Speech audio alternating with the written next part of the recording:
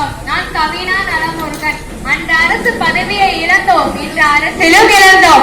முக்குலத்தோர்களாகிய நாம் அன்று ஆசிய கண்டத்தையே ஆண்டோம். நமக்குள் யார் பெரியவர் என்று அடித்துக் கொண்டதன் விளைவு அந்நியர்களிடம் வீழ்ந்தோம். நம்மை சமாளிக்க முடியாத அந்நியப்படுத்திய அரசாட்சி செய்தார்கள்.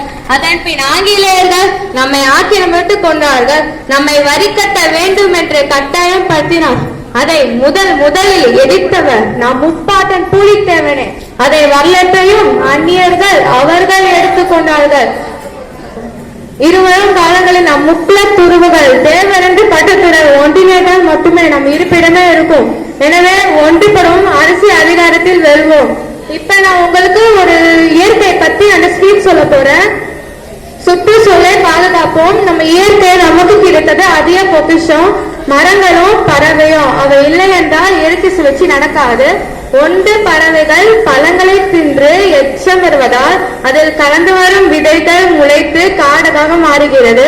2, மரங்கள் வளிமண்டலத்தில் உள்ள கார்பன் டை ஆக்சைடை சுவாசித்து மனிதனுக்கோ பறவைக்கோ தேவையான ஆக்சிஜனை கொடுக்கிறது.